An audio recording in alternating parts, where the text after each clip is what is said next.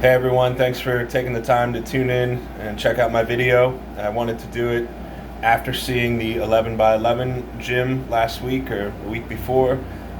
This is my 9 by 9 gym, so definitely want to show people that you can do a lot with a little bit of space. So we'll go ahead and get started. We'll start with the squat rack. Pardon the noise from my air conditioner, hope you can hear me okay. But this is the Fitness Gear HR 600 from Dick's Sporting Goods, half rack. I've been very happy with it. However, I have zero complaints. In all honesty, it's been great. It's got 1-inch hole spacing, which is awesome. You know, better for customization as far as where you're putting your barbells. This was the bench that I got when the world shut down. Just a Fitness Gear flat bench. It's a little tall when I sit in it, or when I, lay down to bench. So I made a little platform to go here for my feet. I'll show that to you in a minute. When I first got this, I think I paid $320 for it from Dick's. I also got the Fitness Gear 300-pound weight set. So those are the type of plates that came with it. I've added 2 more 45s to it, and I've since sold the barbell that came with it. It was a decent enough barbell, but I upgraded and I actually got Titan Everyday Barbell, I think is what it's called. Did the job good for a few months until I got this bad boy for my birthday. It's a Rogue Ohio Power Bar in olive green. Got the Cerakote sleeves and brass bushings. Very happy with that bar. I'm a big fan of olive green. I also got a couple of 45-pound York plates. These were pretty banged up, pretty rusted when I got them.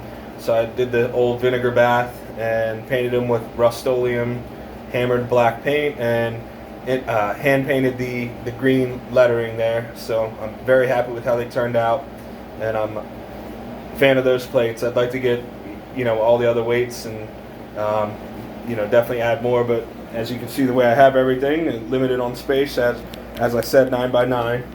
So we'll keep talking about barbells real quick. The Titan Everyday Fitness, good enough bar for what I was using it for. Next to that is the Titan Bison bar.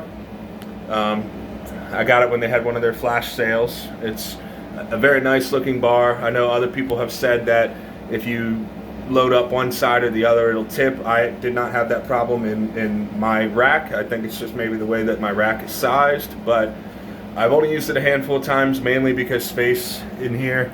As you can see, it's considerably longer than a normal barbell, and this is about how much space I have between barbell and the wall. So cut that about in half by the time you have the Bison bar on there. So it doesn't get used very often, but it will once I get more room. But I am happy with that. I also have the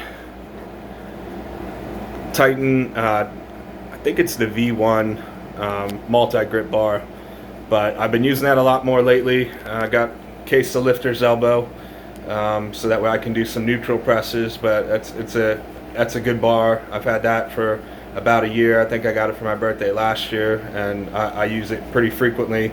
Have no complaints.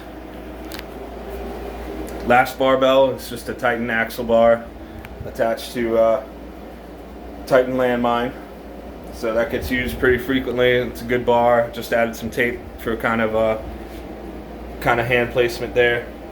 Otherwise, you wouldn't know, but I think that's kind of the point. But just helps out.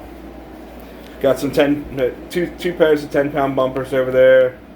About 150 pounds of standard plates. Olympic plates, I got about 600 some pounds worth. Got a Rep Fitness sandbag there in the corner. My wife's mat thrown on top of it, but the sandbag is 120 pounds. I have it divided. It comes with 3 bags, so I have a 20-pound bag, 40-pound bag, and a 60-pound bag, so I can do basically 2 to 120 pounds. It's a nice piece of kit there. Titan Fitness 30-pound slam ball and a plyo box both get used pretty frequently. That's just something from Home Depot, a little roller. I use that with the landmine though. I set that up and the landmine kind of leans on that. Keep it up.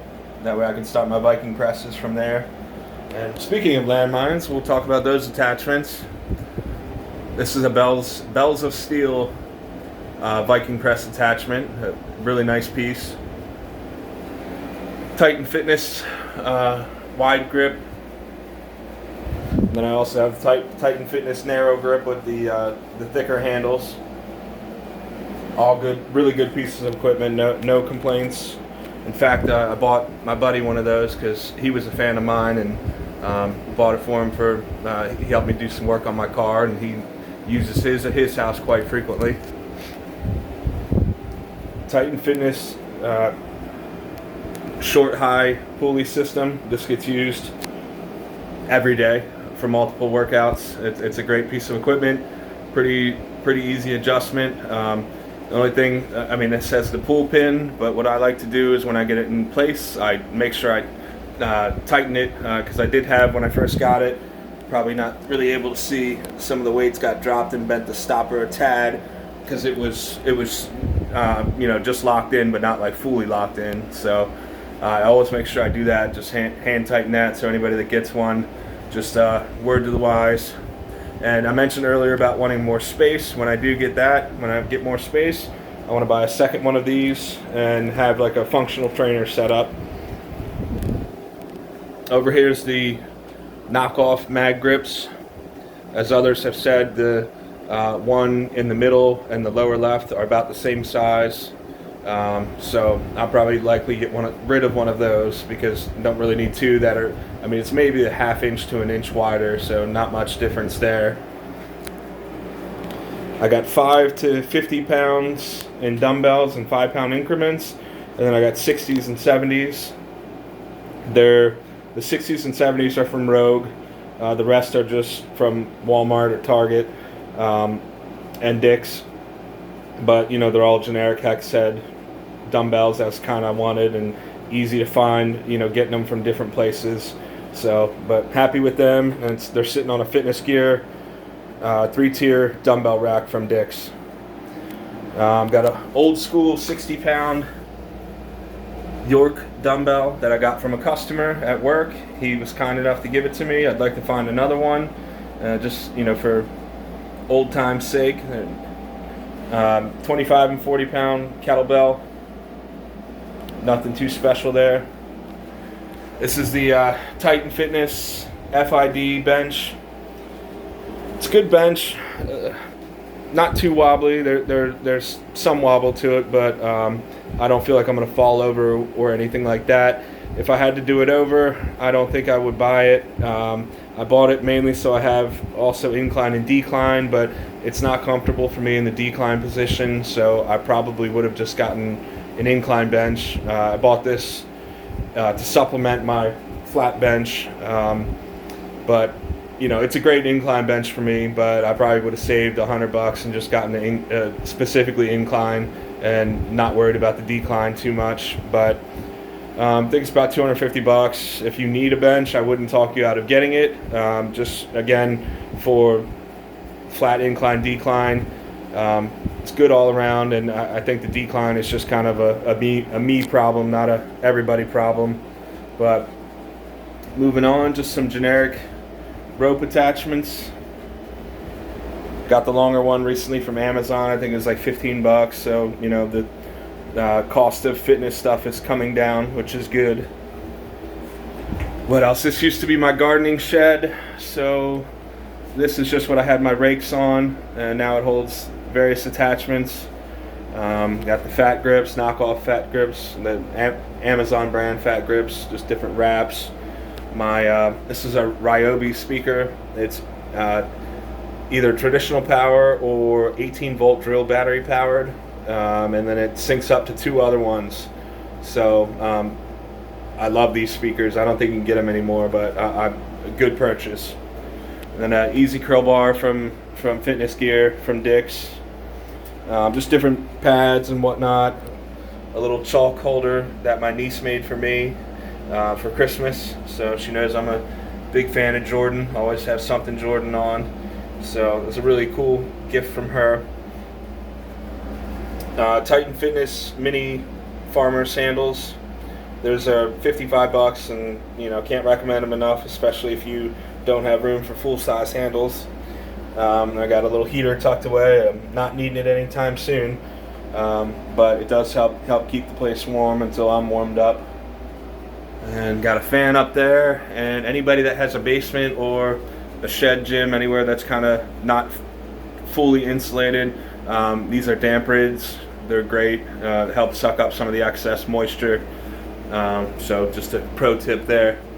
But I think that is about everything. As I said, a lot in a little space. It does get a little time consuming moving stuff around and whatnot, but it gets the job done. I've been using it for over a year, and I don't know what I would do without it. So I'm definitely glad I have it. When gyms reopened, I canceled my membership because screw it, I got everything I need here. I can work out at my own pace, my own music. So I'm a home gymmer for life now.